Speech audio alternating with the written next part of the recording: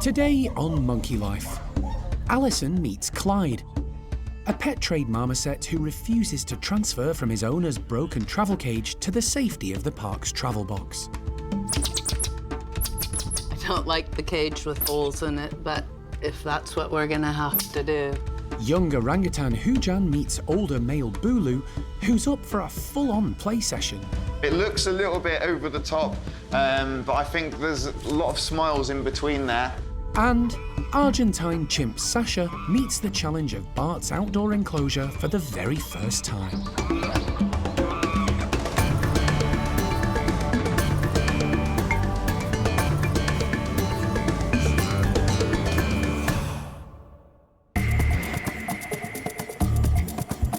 Monkey World in Dorset, buried deep in the English countryside, is the largest sanctuary of its kind on the planet. The team, led by Dr. Alison Cronin, rescue and rehabilitate abused and unwanted primates from all over the world. There they are. It's so amazing. They look really fit and healthy. All good. The park provides a home for more than 260 primates from 25 different species.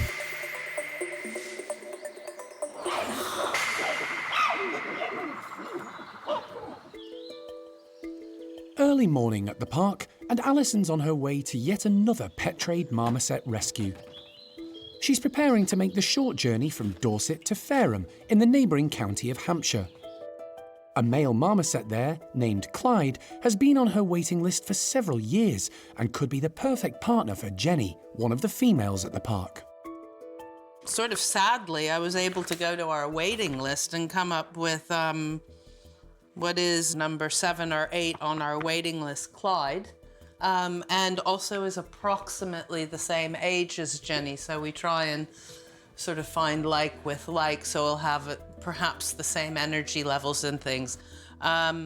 Little bit worried that the video clip I've been sent, his hands and his feet look like they might have rickets, and his fur doesn't look the best, but I was told that that was him just getting up out of bed, but I'm still a little bit concerned about his condition.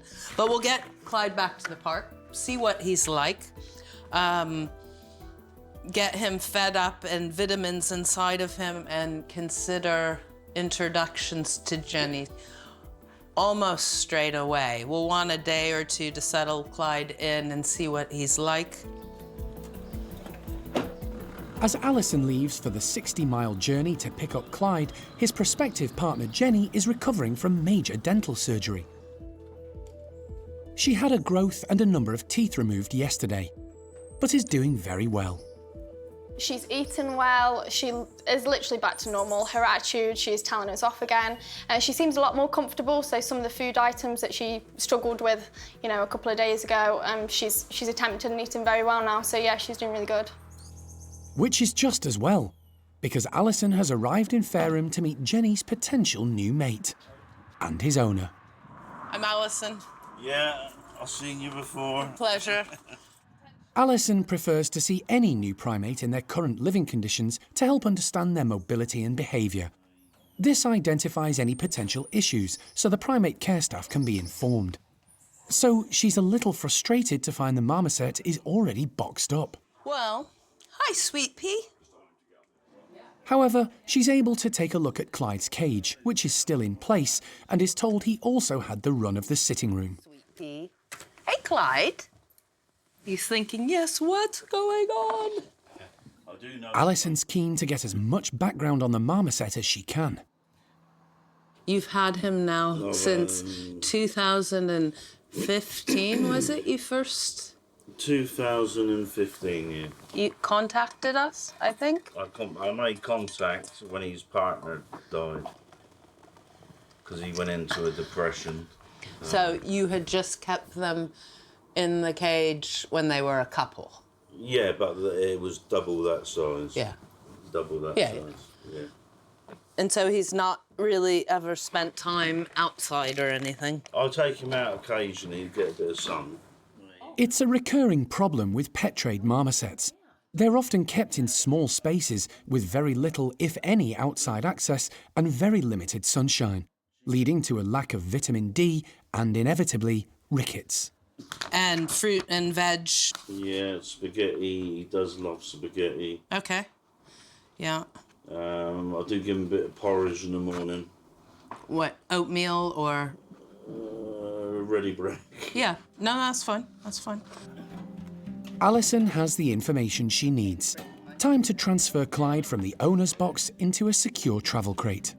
Go on in, Clyde. But try as they might, Clyde won't budge.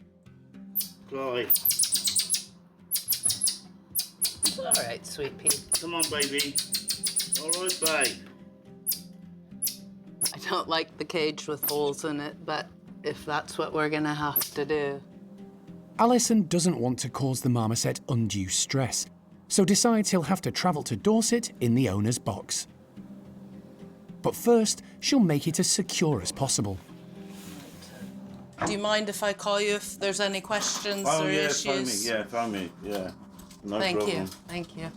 Alison is eager to get Clyde safely back to the park. You're all right, little man.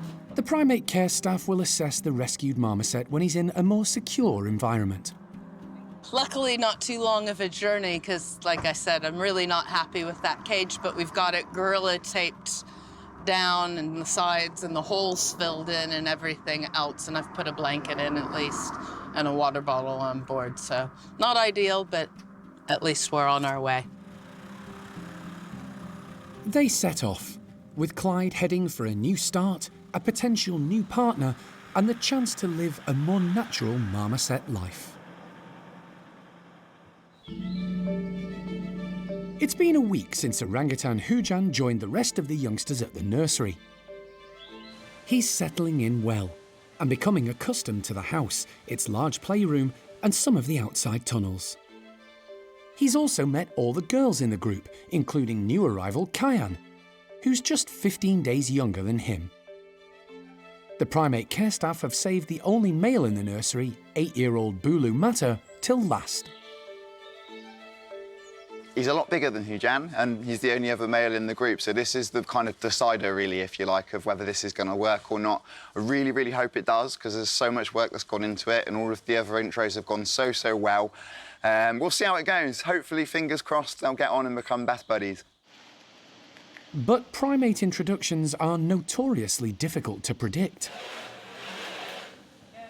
So today's meeting between the two will start with mesh contact only, to see how they react. Hujan has his friend Kyan in with him for support, while the other 3 females remain outside in the enclosure. At first, Bulu is somewhat indifferent to his new housemate. Bulu, come here. Hujan. So James decides to try and bring the pair closer with some cooperative feeding. It just gets them a bit closer together, gets a little bit more trust in them and things like that, really. I mean, there's been no negative behaviour so far. Hujan's a little bit wary, obviously. Bulu's a lot bigger than him. But yeah, it's looking all right so far. With no signs of aggression in evidence, James soon decides it's time for the pair to meet face to face. The team prepare for all eventualities. All right, fire extinguisher behind you. Boy, Bulu Bear, good boy, well done. Hujan and Kyan head straight into the bedroom next door, ignoring Bulu as they do. They're happy playing together, enjoying their own fun wrestling session. But when Bulu gets in between them, Hujan immediately backs away into the corner. He's wary of the larger male and not sure how to react, particularly when Bulu makes a grab for him. James monitors the situation to make sure it's just harmless play. But then Kyan decides she wants to join in the fun. It always looks quite aggressive at the start with things like this, but they have to work out which one's the strongest, basically, to work out who's the boss. So it looks a little bit over the top, but I think there's a lot of smiles in between there. We just need to make sure that we're almost policing this a little bit, just to make sure it doesn't get a little bit too out of hand. But Hujan's not squeaked in any way at all. He's actually been smiling most of the time whilst Bulu was doing that to him. So that was a really good start, to be honest. But obviously, early days, we'll see how the rest of this goes and plays out, but fingers crossed. In case it's all getting too much for Hujan, James decides to swap Kyan with some of the others, currently outside in the tunnels and enclosure. I just felt like they were starting to gang up a little bit too much on him. So I've just taken her out of the mix for a minute. I'll probably let her back out to the rest of the group. Enter Oshin and Mimi. And the presence of the adult female has an immediate calming effect on Bulu. He's not being so crazy now trying to chase after Hujan or anything like that, so I think we've done the right thing there. So yeah, we'll continue to watch this for a little bit longer, and then this afternoon we might think about then adding Rika to the mix. Probably Kyan last, to be honest, after her very enthusiastic behaviour with him this morning. So yeah, it's going good. The team will keep up the introductions before letting the whole group outside together. They hope by then Bulu will realise Hujan makes an excellent playmate. But the older male will need to dial down the rough and tumble. After all, Hujan's a lot smaller than his former play pal, Sylvester.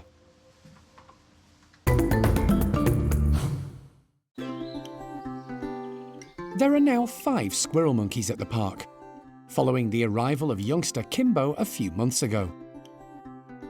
But integrating him into the group hasn't gone according to plan.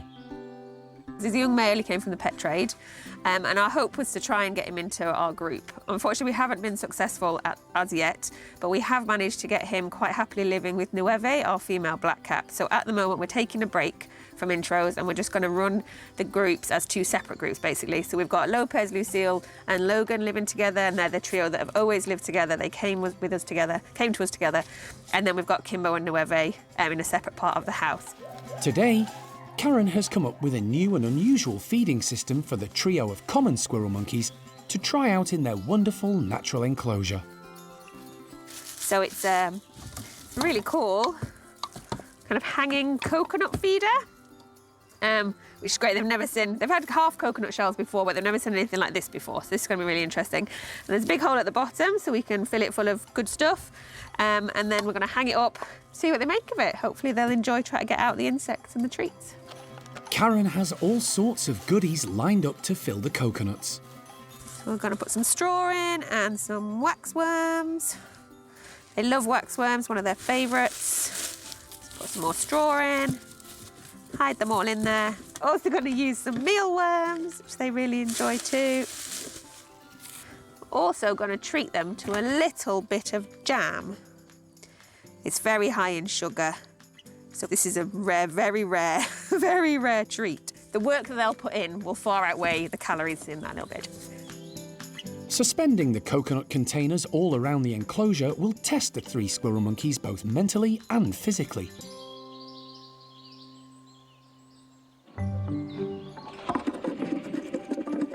And here they come.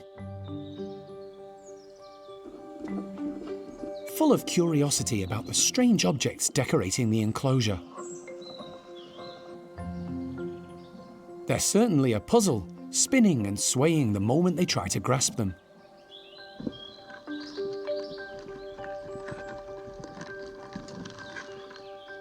This will take some working out. Lucille carefully considers the coconut conundrum. Seconds later, she's got it cracked, reaching out and using amazing core strength and balance. Squirrel monkeys don't have prehensile tails like some other South American species. It means they can't use them to grasp things or hang from them. Instead, they're often used as a counterbalance when collecting food from hard-to-reach places. Lopez tries a different technique, using his strength to haul the coconuts up to his perch on a high branch. He's perfectly balanced as he rifles through the straw to find the mealworms. His measured approach means he doesn't let too many of the grubs fall to the ground. Logan is the biggest of the 3 common squirrel monkeys. He's also the least enthusiastic when it comes to working hard for his food. Today, he's got a bit of an excuse. His large hands are a bit too big to reach inside the holes in the coconut. The trio have come a long way since being rescued 6 years ago. Lucille at the minute is still quite quiet. She's massively improved since she's been here, but she is still the quieter one out of the three. Lopez's behaviour has dipped a little bit while he wasn't well, but he's starting to come back to himself, and he is the cheeky little chappy that likes running around and playing. And Logan is still I'm the big man, and I still need to try and be the big boss and show how strong I am and muscly I am. Today's enrichment has been an excellent exercise for the small group, challenging them physically and mentally. Lucille has made the most of it, and it pays off. She hits the jam jackpot, earning a sticky reward for her perseverance.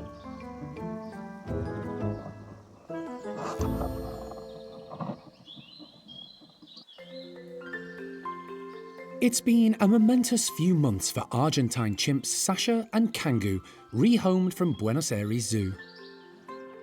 Since the mother and son were separated, Kangu has become well ensconced in Brian's group of 6, where everyone, including Rodders, are now together and getting on.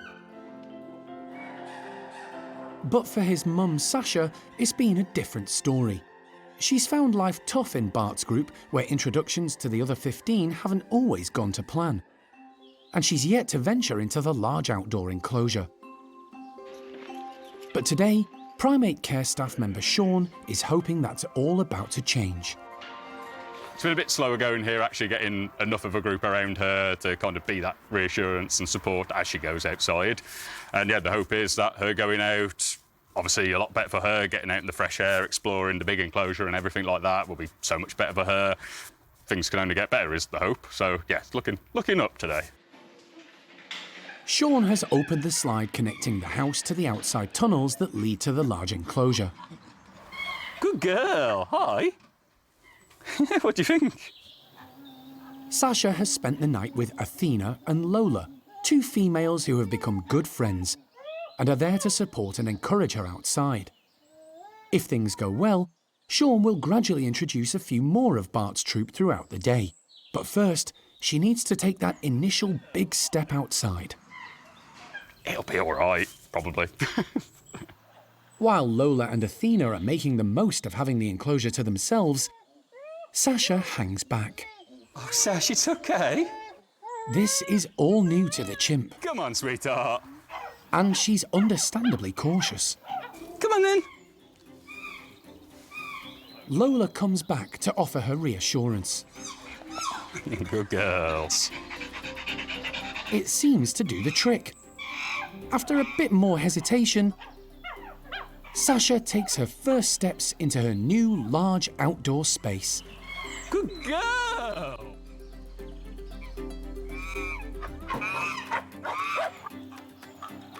Before making her way across the grass to one of the climbing frames. Well done, sweetie. She's out. With Athena and Lola staying close by her side, offering support, she's soon off exploring. Lola and Athena are just perfect and wonderful, and I'm very, very happy with them. They've been very sticking close to her, reassuring her. I mean, they've still gone off and stuffed their faces with all the apples out there, but, you know, they've been happy enough to keep an eye on her. As the morning goes on and Sasha is becoming more and more confident, Sean decides to introduce 2 of the higher-ranking females into the mix, Cindy and Clyn. The distraction of some frozen fruit smoothies is enough to keep things calm for now. It's been a huge day for Sasha, coping with the large outdoor space and all the sights and sounds that come with it. And for the primate care team, it's great to see that all their hard work and patience is paying off.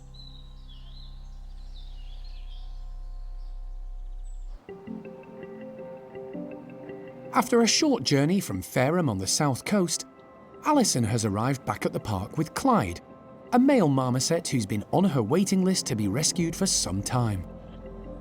He's had to travel back in his owner's animal cage, which wasn't ideal. But the journey has been quick and uneventful for the marmoset. The whole situation was a little bit odd. He appears to be okay, and we'll see how he goes. I'm going to give him to Elle. Yeah, if you could tell Elle, Yeah. that's probably easy. Yeah. The team are anxious to get Clyde settled in one of the bedrooms for the night, where he'll have other marmosets as interested neighbours. Is used to being loose in the house and around people. It's only if you try and grab him that he might. But otherwise, you should be all right.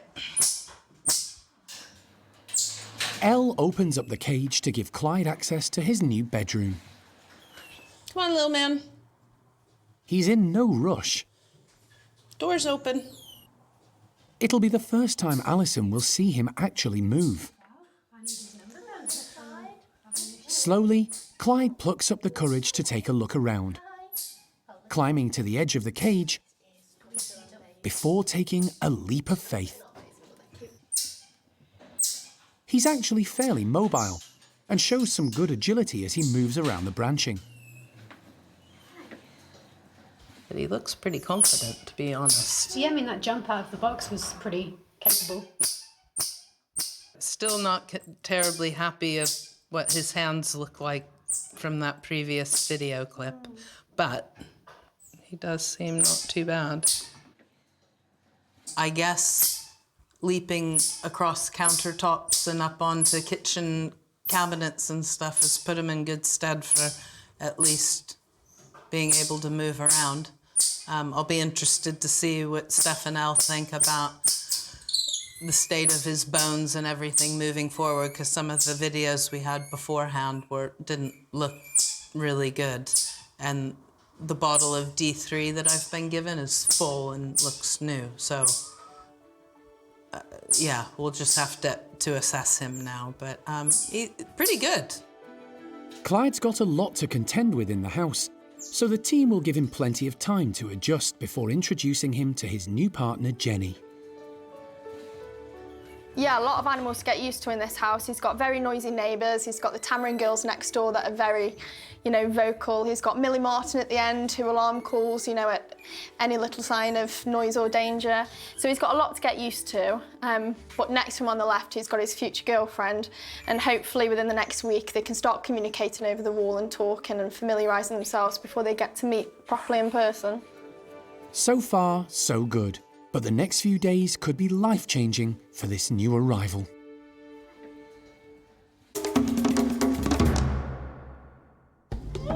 Next time on Monkey Life. A visit from the vet for one of the park's strangest residents. But it's hard to nail down what's causing his condition. This one is actually thickened and distorted the whole way down. And Capuchin Gizmo and his girls go nuts over a cracking challenge.